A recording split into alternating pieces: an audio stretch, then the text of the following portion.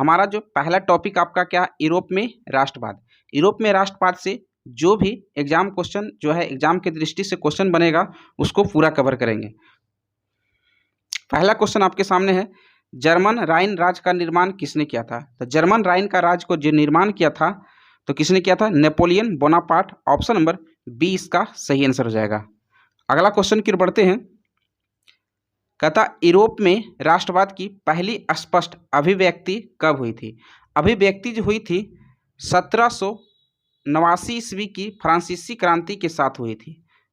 89 ईस्वी के फ्रांसीसी क्रांति के साथ हुई थी। अगला क्वेश्चन की ओर बढ़ते हैं। यूरोप का मरीज किसे कहा जाता है? तो याद रखना है सभी को, यूरोप का मरीज जो कहा जाता है तुर्की को कहा जाता है। ऑप्शन नंबर सी इसका राइट आंसर हो जाएगा। अगला क्वेश्चन की ओर बढ़ते हैं। मेटरनिक का पतन किस वर्ष हुई थी? तो मेटरनिक का जो पतन हुई थी जो है मई 1848 ईस्वी में हुई थी। कब हुई थी? 1848 ईस्वी में थी। ऑप्शन नंबर सी इसका राइट आंसर हो जाएगा। अगला क्वेश्चन की ओर बढ़ते हैं।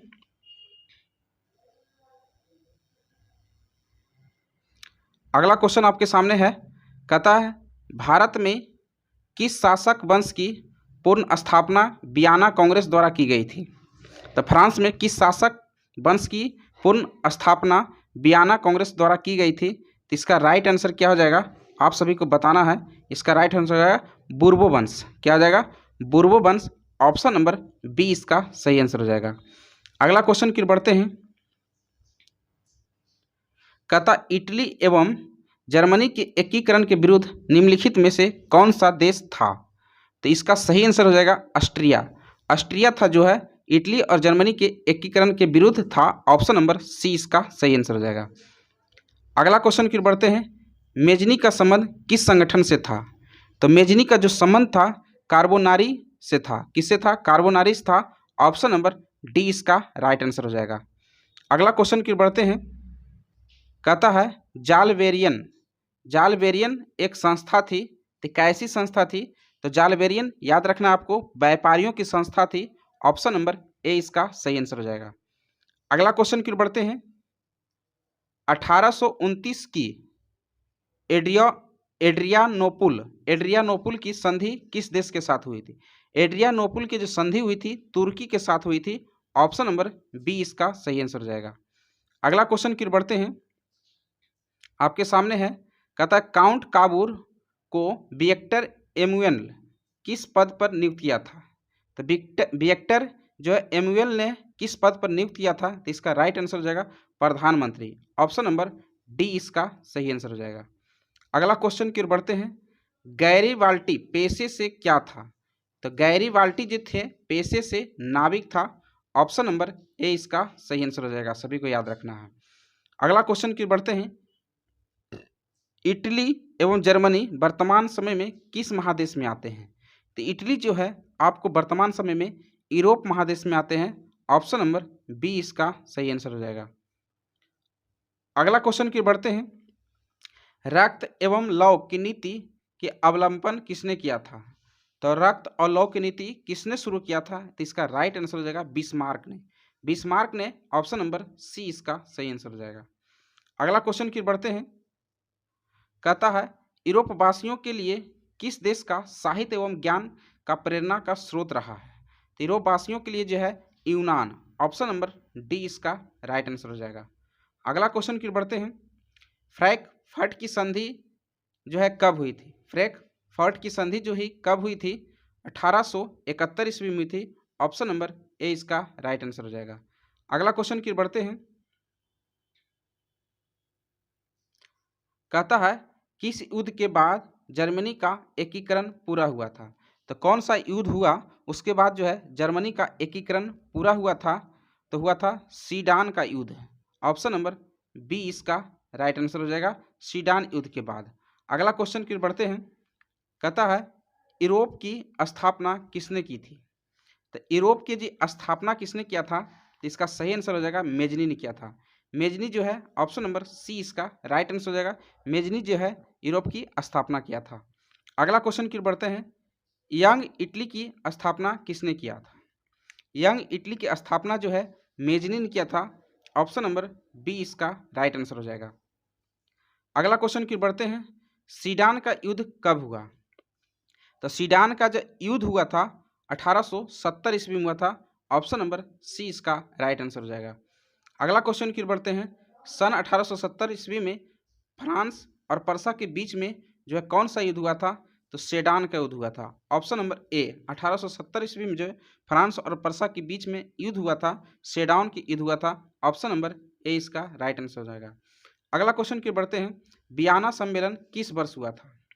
तो वियना सम्मेलन जो है 1815 ईस्वी में हुआ था। ऑप्शन नंबर ए इसका राइट आंसर हो जाएगा। अगला क्वेश्चन की बढ़ते हैं, वियना किस देश की राजधानी है? तो वियना किस देश की राजधानी है? ऑस्ट्रिया की राजधानी है। ऑप्शन नंबर सी इसका राइट आंसर हो जाएगा। अगला क्वेश्चन की बढ़ते हैं, क्रीमिया का युद्ध किस वर्ष हुआ था? तो क्रीमिया का युद्ध जो हुआ था 1854 ईस्वी में हुआ था। ऑप्शन नंबर ए इसका राइट आंसर हो जाएगा। अगला क्वेश्चन की ओर बढ़ते हैं, कहता है राष्ट्रवाद की अवधारणा का जन्म किस घटना से माना जाता है? तो राष्ट्रवाद की जो अवधारणा किस घटना से माना जाता है? तो फ्रांस की क्रांति से जाना जाता है। ऑप्शन नंबर डी इसका राइट आंसर हो जाएगा। अगला क्वेश्चन की ओर बढ़ते हैं, नेपोलियन संहिता किस वर्ष लागू हुआ था? तो नेपोलियन संहिता जो है किस वर्ष लागू हुआ था? 1804 ईस्वी में हुआ था। ऑप्शन नंबर डी इसका राइट आंसर हो जाएगा। अगला क्वेश्चन की ओर बढ़ते हैं, वियना सम्मेलन यानी कांग्रेस का अध्यक्ष कौन था? तो कांग्रेस का अध्यक्ष जो है मेटरनिक था। ऑप्शन नंबर डी इसका सही आंसर हो जाएगा, मेटरनिक। अगला क्वेश्चन की ओर बढ़ते हैं, मेटरनिक व्यवस्था का उपदेश क्या था? मेटरनिक व्यवस्था का जो उपदेश था क्या था? इसका सही आंसर हो जाएगा, पुरातन व्यवस्था की पूर्ण स्थापना करना। पुरातन व्यवस्था की जी थी पूर्ण स्थापना करना था। ऑप्शन नंबर सी इसका राइट आंसर हो जाएगा। अगला क्वेश्चन की ओर बढ़ते हैं, काउंट काबूर की मृत्यु किस वर्ष हुई थी? तो काउंट काबूर की मृत्यु जो हुई थी 1862 ईस्वी में थी। ऑप्शन नंबर बी इसका राइट आंसर हो जाएगा।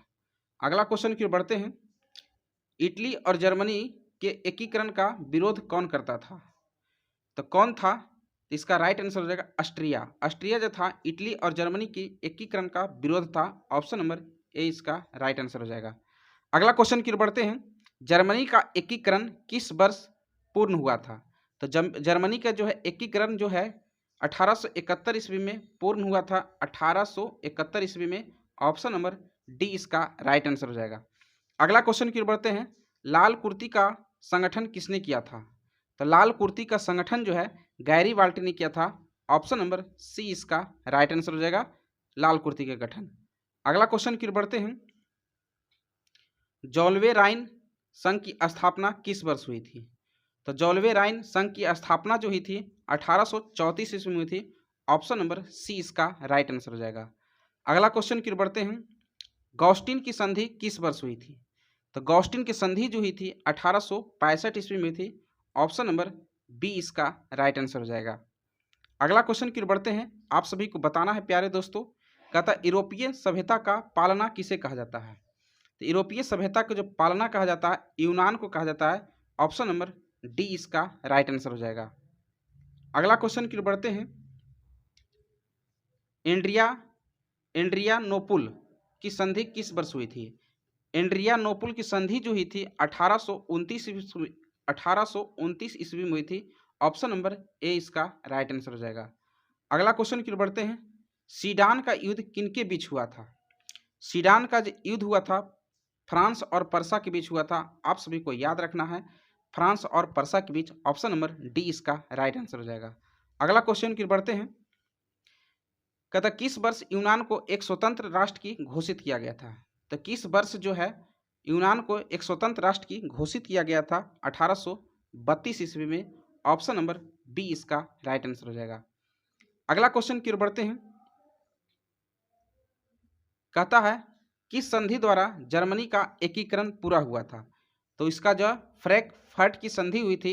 ऑप्शन नंबर डी इसका सही आंसर हो जाएगा, फ्रैंकफर्ट की। Option number D. हंगरी की राजधानी क्या थी? तो हंगरी की राजधानी था बुडापेस्ट था। ऑप्शन नंबर बी इसका राइट आंसर हो जाएगा। आप सभी को याद रखना है, हंगरी की राजधानी बुडापेस्ट। अगला क्वेश्चन की ओर बढ़ते हैं, गीजो कहाँ का प्रधानमंत्री था? गीजो गीजो कहाँ का प्रधानमंत्री था? इसका राइट आंसर हो जाएगा फ्रांस की। ऑप्शन नंबर सी इसका सही आंसर हो जाएगा, फ्रांस की। अगला क्वेश्चन की ओर बढ़ते हैं। सेडोवा का युद्ध किनके बीच हुआ था? तो सेडोवा के युद्ध जो हुआ था ऑस्ट्रिया और पर्सा के बीच हुआ था, सभी को याद रखना है।